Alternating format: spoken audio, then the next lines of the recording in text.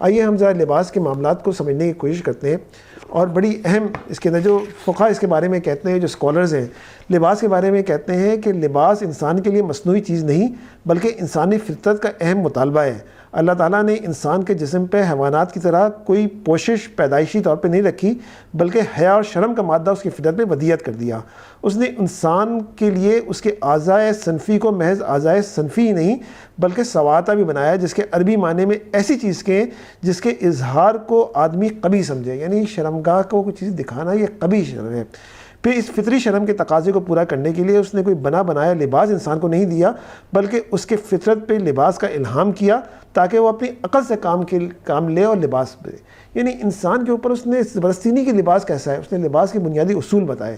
اس کے اندر بتایا گیا ہے کہ اللہ کی نشانی ہے، ان میں سے ایک لباس یہ ہے کہ اس شرمگاہ کو ڈھکے اور انسان کو اس کی سیفٹی پرووائڈ ہو۔ آگے فرماتے ہیں، مطلب کہا جاتا ہے کہ اس فطری الہام کی روح سے انسان کے لباس کی اخلاقی ضرورت مقدم ہے۔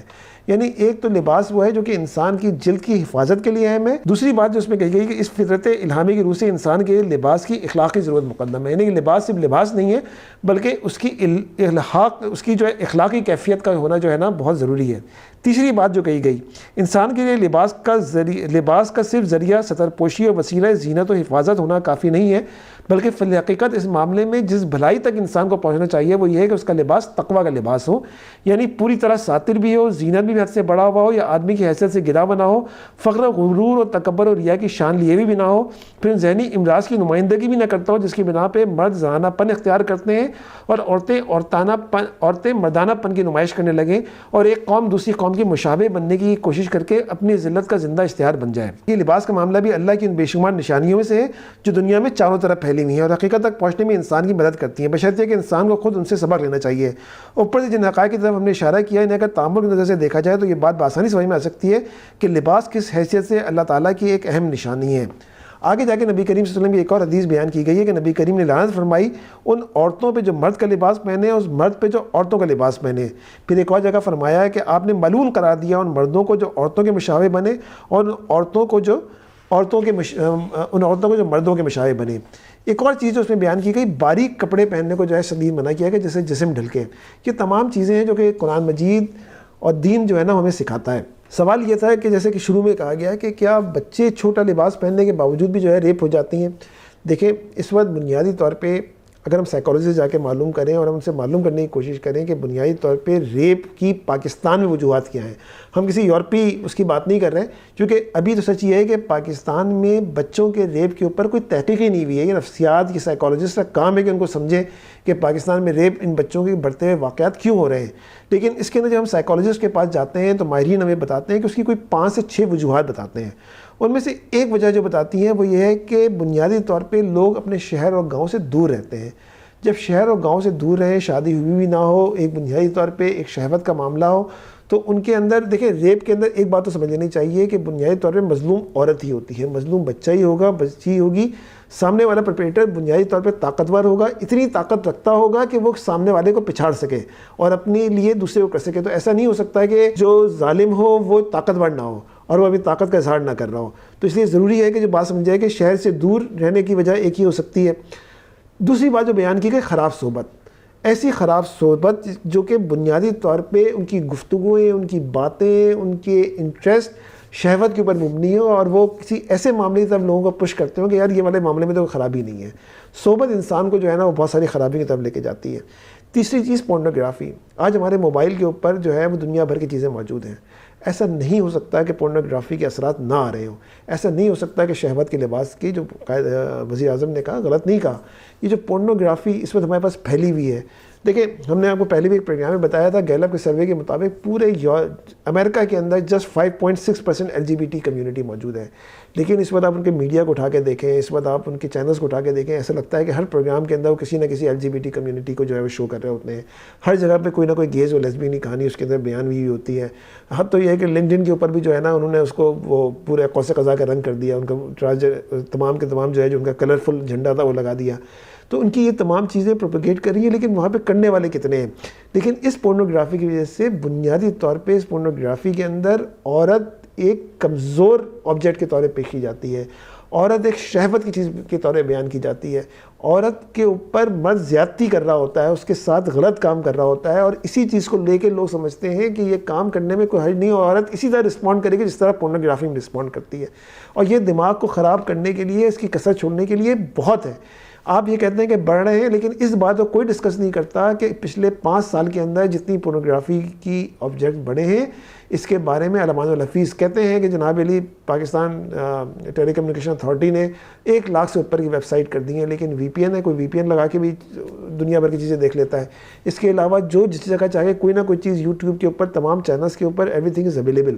اور یہ اتنی خطرناک حد تک بڑھی ہوئی ہے کہ, اور اگر آپ فیس بک وغیرہ کے لاگتھرم دیکھیں, چیزیں دیکھیں, تو یہ خود بخود آٹومیٹیکلی چلی آ رہی ہیں. یہ چیزیں پورنوگرافی جو ہے نا وہ بڑھ رہی ہے. اسی طرح اس بات میں جیسے میں نے کہا کہ مردانہ سبقت, مردانہ طاقت کا اظہار, اور خاص طور پہ لڑائی جھگڑے کے اندر جو ہے وہ ایک بنیادی طور پہ شو کرنا ہے کہ مطلب اگر خاندانوں میں لڑائی ہوتی ہے تو اس کا ایک وکٹم جو ہے کوئی مظلوم بچی بن جاتی ہے, مظلوم عورت بن جاتی ہے. یہ تک ہم نے دیکھا جرگوں کے اندر, یہ جرگے جو فیصلہ کر رہے ہیں یہ قرآن و سنت کے مطابق نہیں کر رہے ہیں. اس کے اوپر باقاعدہ قانون سازی ہونی چاہیے کہ اگر وہ یہ کہتا ہے کہ فلاں کے ساتھ اگر زیادتی کی ہے تو اس کی بچیوں کو ریپ کر دیا جائے. ایسے فیصلے آتے ہیں, ایسے لوگوں کو گرفتار بھی کیا گیا, ان کو واقعی سزا ملنی چاہیے, ان کی ضمانتیں نہیں ہونی چاہیے. یہاں پہ ایک اور لفظ انہوں نے استعمال کیا, سیڈزم, یعنی جس کے بارے میں کہتے ہیں کہ جنسی کجروی یا لذت جلادی, یعنی کہ بنیادی طور پہ طاقت کا اظہار جنس کے لیے. اور آپ جو ہے وہ یہ تمام چیزوں کا تعلق پورنوگرافی سے, جس کے اندر ایک قوت کے اظہار کے طور پہ آپ جو ہے پریپریٹر اپنے آپ کو لے کے آتا ہے اور وہ زیادتی کرنے کی کوشش کرتا ہے. اس کے اندر ناخوشگوار ازدواجی معاملات بھی ہو سکتے ہیں جس کے اندر اس کی ازدواجی چیز پوری نہ ہو رہی ہو. دیکھیں ان تمام کیفیات کے اندر اس کو سمجھنے کی ضرورت ہے, یہ دین سے دوری کی چیزیں ہیں. اور ان تمام چیزوں کے جو کہ چھوٹے بچوں کے ساتھ ہو رہی ہیں, چیزیں ہو رہی ہیں, یہ کسی آگے کی حد تک جا رہی ہیں, جس کے اندر یہ والی بات کہ 80% کیسز کے اندر جو ہے گھر کا ہی کوئی فرد ہوتا ہے. اس گھر کے فرد کے بارے میں بھی ہم نے, ایک ہمارے دوست ہیں, ہم نے معلومات دینے کی کوشش کی پولیس کے ذریعے اور چیزوں کے ذریعے, تو بتاتے ہیں کہ یہ تو بڑے خاموش کریکٹر ہوتے ہیں. یہ تو مطلب بعض کنڈیشن کے اندر ایک کیس بتایا جناب علی, 15 سال کے ماموں نے اپنے بھانجے کے ساتھ جو ہے معاملہ کر دیا, اور گھر والوں نے اس کو بھگا بھی دیا ماموں کو. اس طرح بچہ جو ہے وہ قتل بھی ہو گیا. کوئی بہت زینب کلٹ کیس کے اندر بھی بہت قریب کا آدمی, یعنی کہ بچی یا بچہ جس کے قریب ہوتا ہے اس کے ساتھ ہی وہ معاملہ ہوتا ہے, تاکہ وہ کنوینئنٹلی اس کے ساتھ چلا جاتا ہے. ہم نے گزشتہ پروگرام کے اندر شہزاد قمر صاحب کا پورا معاملہ رکھا کہ کس طریقے سے انہوں نے پورا ایک جیسے آپ کہیں کہ گڈ ٹچ اور بیڈ ٹچ کی بات کی, اور ایک ہاتھ کے ریڈیس کی دوری کی بات کی, جس کے اندر یہ بتایا گیا کہ بچوں کو تعلیم دی جائے, والدین کو, کہ بھائی کون سی رشتہ اس کے قریب آ سکتا ہے جس کی گود میں وہ بیٹھ سکے, اور کون سے اس کی گود میں نہیں بیٹھ سکے.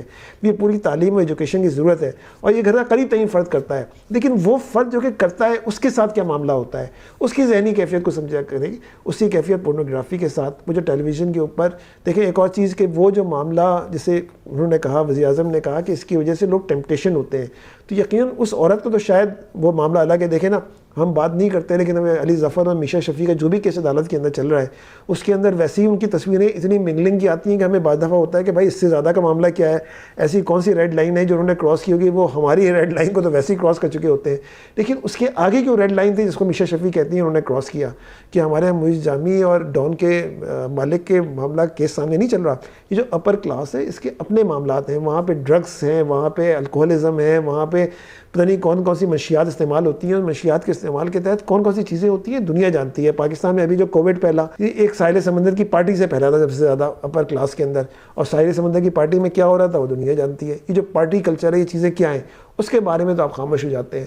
آپ اس بارے میں تو بات ہی نہیں کرتے کہ جو جامی نے اپنا پورا کا پورا کیس دیا اور اس نے بات کی, اس لیے کہ اس کے سامنے کوئی اور موجود تھا. ڈان نے ایک چیز بیان کی, اس کے کہا ہم انویسٹیگیٹ کر رہے ہیں, اس انویسٹیگیشن کی کوئی رپورٹ موجود نہیں. میشا شفیع ہے, اس کے اوپر لوگ علی ظفر کے ساتھ کھڑے ہوئے میشا شفیع کو ہی برا بلا کہہ رہے ہیں. یہ میٹو کی پوری کیمپین کس کلاس کے اندر موو کر رہی ہے؟ بچوں میں تو موو نہیں کر رہی, یہ غریب کلاس میں تو موو نہیں کر رہی. یہ تو اپر کلاس کا فینومینا ہے. اس اپر کلاس میں کیا ہوتا ہے, لیکن اس اپر کلاس کے فینومینا کی وجہ سے ایک لوور لیول کے اوپر لو سوشل اکنامک کلاس کے اندر فرسٹریشن کریٹ ہوتی ہے, اور اس کا غصہ, اس کی چیز کسی دوسرے پہ نکل جاتی ہے. اس سے انکار کرنا ایسے ہی جیسے سورج ہے. قوت کا استعمال تو ہوتا ہے جس میں اس میں کہا جا رہا ہے کہ بار بار قوت کا ایک استعمال ہے, لیکن یہ والی بات بھی بار بار کہی گئی ہے کہ جیسے ہم نے ایک ریسرچ کے اندر پہلے بھی بتایا تھا کہ ایک ریسرچ بھی جس کے اندر ہم ان لوگوں سے پوچھا گیا, یورپ میں بھی, پاکستان میں اس طرح کی ریسرچ نہیں, کہ جنہوں نے بچوں کے ساتھ معاملہ کیا تھا پیڈوفیلیا کا, انہوں نے کہا کہ پہلے تو ہم ڈرتے تھے, اس کے بعد ہمیں اس کے اندر ایک نئے پن, ایک انوویشن نظر آیا, اور ہم نے بچوں کے ساتھ معاملہ کرنا شروع کیا. اللہ اکبر, اس کے بارے میں سوچنے کی ضرورت ہے. اس کے اندر جو پولیس کہتی ہے وہ یہ کہتی ہے کہ اس کے اندر یقیناً کوئی نہ کوئی شہوت کا عمل, اور جو لڑکی کے مختصر لباس نہیں لیکن کسی اور جگہ کے مختصر لباس یا کسی اور چیز کو دیکھ کے یہ موٹیویٹ ہوتے ہیں۔ دوسری ایک اور چیز لوگ بتائی کہ وہ لوگ جو کہ اس طرح کا کام کر رہے ہوتے ہیں، جو ریپ کر رہے ہوتے ہیں، بنیادی طور پہ فارغ ہیں، جو ان کے پاس فالتو ٹائم بہت ہے، اور اس فالتو ٹائم کے اندر وہ بہت ساری چیزیں کر رہے ہوتے ہیں، ان کے پاس کوئی کام نہیں کرنے کا، شیطان ان کے اوپر چل رہا ہے۔ ایک اور چیز یہ ہے کہ جب ان سے پولیس پوچھتی ہے کہ تم کیوں کر رہے ہو، تو وہ کہتے ہیں کہ ہم پہ شیطانیت طاری ہو گئی۔ وہ شیطانیت کیا چیز ہے اس کے بارے میں بھی ہمیں بات کرنی چاہیے، اس پہ نہیں کر رہے۔ اور پھر ایک اور بات یہ کہی گئی کہ پورنوگرافی سے وہ شدید قسم کے متاثر ہوتے ہیں، اور پورنوگرافی کے ایکٹ کو وہ اس کے اندر ریپلیس کرنا چاہتے ہیں، اور اس کے بعد ظاہری بات ہے وہ چیزیں نہیں ہو پاتی ہیں، تو وہ سامنے والے کو خوف اور ڈر کی وجہ سے قتل کر دیتے ہیں اور مار دیتے ہیں۔ اس پہ ہم کیوں نہیں بات کرتے، اس پہ کیوں نہیں گفتگو کرتے؟ وزیر اعظم نے کہا تو ہم ڈٹ لے کے ان کے پیچھے پڑ گئے کہ انہوں نے یہ کہا وہ کہا۔ بھائی جان، حفاظت ضروری ہے، خیال ضروری ہے۔ ہمارے معاشرے میں چیزیں بڑھ رہی ہیں تو اس کے ساتھ پورنوگرافی بڑھ رہی ہے۔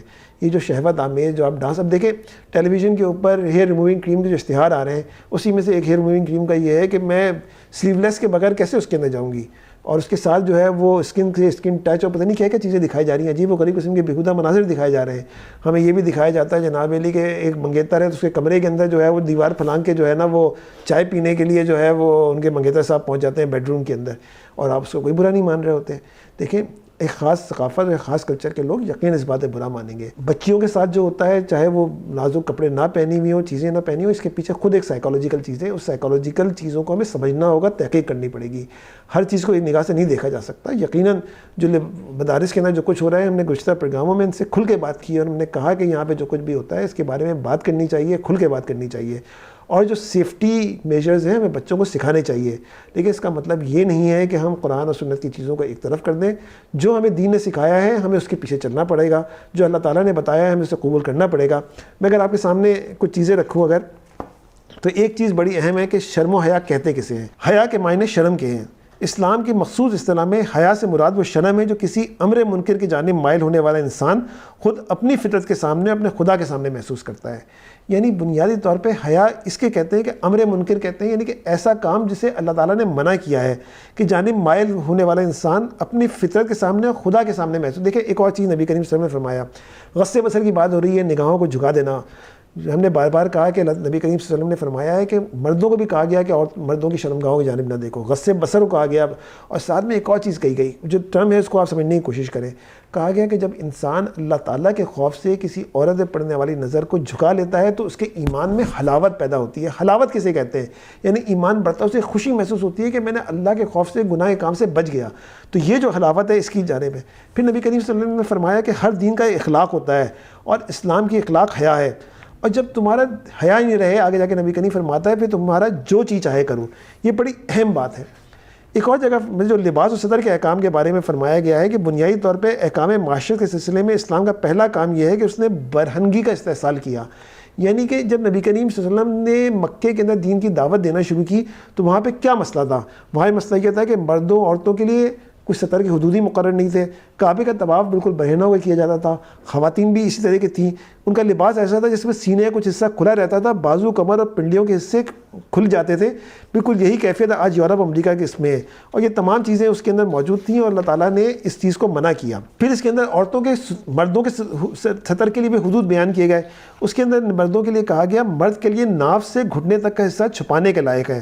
حضرت علی بن طالب سے روایت ہے کہ نبی کریم صلی اللہ علیہ وسلم نے ارشاد فرمایا کہ اپنی ران کو کسی کے سامنے نہ کھول، اور نہ کسی زندہ شخص یا مردہ شخص کی ران پہ نظر ڈال۔ یعنی کہ یہ کتنی اہم بات ہے کہ نہ زندہ مرد نہ مردہ مرد کی ران پہ مرد کو بھی نظر ڈالنے کو منع کیا گیا۔ آگے جا کے عورتوں کے بارے میں کہا گیا، نبی کریم صلی اللہ علیہ وسلم نے فرمایا کسی عورت کے لیے جو اللہ اور یوم آخر پہ ایمان رکھتی ہو، جائز نہیں کہ اپنا ہاتھ سے زیادہ کھولے، یہ کہہ کے اپنی کلائی کے نصف حصے پہ ہاتھ رکھ دیا۔ جب عورت بالغ ہو جائے تو اس کے جسم میں کوئی حصہ نظر نہ آئے سوائے اس کا چہرے اور کلائی کے جوڑ کے ہاتھ تک۔ اس طرح نبی کریم حضرت عائشہ رضی اللہ تعالیٰ فرماتی ہیں کہ میں اپنے بھتیجے عبداللہ ابن طفیل کے سامنے زینت کے ساتھ آئی تو نبی کریم صلی اللہ علیہ وسلم نے اسے ناپسند فرمایا۔ حضور اکرم نے فرمایا جب عورت بالغ ہو جائے تو اس کے لیے جائز نہیں کہ اپنے جسم میں سے کچھ حصہ ظاہر کرے سوائے چہرے کے اور سوائے اس کے، یہ آپ نے اپنی کلائی پہ اس طرح ہاتھ رکھا کہ آپ کی گرفت کے مقام اور ہتھیلی کے مقام کے درمیان صرف ایک منٹ باقی رہ جاتی تھی۔ دیکھیں یہ باتیں اگر ہم آج بیان کرتے ہیں تو یہ کہتے ہیں تو کنزرویٹو ہیں، آج تو سلیو لیس کا زمانہ ہے۔ آج ہی جو ہے وزیر اعظم کے بیان پہ جو انہوں نے مختصر لباس سے مشا شفیع کی ڈائلاگ پاکستان نے ایک ایسی تصویر شامل کی ہے جس کے اندر وہ خود ہیں۔ آج ہماری لبرل لابی وزیر اعظم کے پرانے ساری کی ساری تصویریں اٹھا کے کہنے کے پیچھے پڑی ہوئی ہے کہ یہ تو ماضی میں خود ایسے تھے اور اس طرح کی بات کر رہی ہیں۔ جس کا ماضی تھا وہ ماضی گزر گیا۔ جس کا حال ہے اس حال کی بات کیجیے. اللہ تعالیٰ نے توبہ استغفار کے دروازے رکھے ہوئے. اگر کسی نے توبہ استغفار کر لی ہے تو زبردست, اگر توبہ استغفار نہیں کی ہے تو وہ جانے, اس کا رب جانے. لیکن آج جو کچھ وہ کہہ رہا ہے وہ سچ کہہ رہا ہے, اور وہی بات کہہ رہا ہے جو اس کے اللہ اس کے رسول کو مطلوب ہے. آپ کو برا لگے, آپ کو بھلا لگے. یقیناً جو بچوں ان کے ساتھ ہو رہا ہے اس کا جواب اس کے علاوہ کچھ بھی نہیں ہے کہ اس کی سائیکالوجی کو سمجھا جائے اور بچوں کو حفاظت کے لیے آگاہی کا پروگرام دیا جائے. یہ کوئی نہ کوئی قریب والا کرتا ہے, اپنے قریب والوں پہ بھی نظر رکھیں. اگر وہ فارغ ہے, اگر وہ کوئی کام نہیں کر رہا, اگر وہ فضول ادھر ادھر پھر رہا ہے, وہ خاموش صفت آدمی ہے, اس کے معاملات پہ تو اپنے گھر والوں کو, اپنے گھر کے بچوں کو اس سے قریب جانے سے روکیے. یہ تمام چیزیں ہمیں دین اس کے احکامات سکھاتے ہیں. دیکھیں, یاد رکھیں, مغرب کے اصول بالکل دوسرے ہیں. مغرب کے جو بھی اصول ہیں وہ ہماری سوسائٹی میں منطبق نہیں ہو سکتے. وہاں کی شرم و حیا, وہاں کا تمدن, وہاں کی تہذیب, ہماری شرم و حیا, ہماری تمدن, ہماری تہذیب کے درمیان فرق ہے. آج ہم شرمندہ کیوں ہوتے ہیں دین کی بات کرنے سے؟ ہم سے کہا جاتا ہے کہ لوگ شوق ہو جاتے ہیں جب ہم اس طرح کی بات کرتے ہیں کہ دین جو وزیر اعظم نے صحیح کہا. وزیر اعظم کی بات کو غلط طریقے سے ٹرانسلیٹ کیا جا رہا ہے. جب وہ یہ کہتے ہیں تو ضروری نہیں ہے کہ وہ عورت جو کہ کم لباس پہنے, لیکن اس کی وجہ سے دوسرے بچے, بچیاں اور تمام لوگ جو ہے وہ مشکلات کا شکار ہو جاتے ہیں. اللہ سے دعا ہے کہ لوگوں کو عقل دے. یقیناً مغربی تہذیب کے اندر جو ہے وہ بہت اٹریکشن ہے, بڑی ثقافت موجود ہے, بڑی رنگینی موجود ہے, لیکن اسلام کو حاصل کر کے, اسلام کے اصولوں پہ چل کے جو سکون و عافیت ہے وہی مطلوب ہے. کیونکہ کامیاب شخص وہی ہے جو آخرت میں کامیاب ہوا. دنیا کی کامیابی, دنیا کی لذت کوئی اہمیت نہیں رکھتی. شکریہ.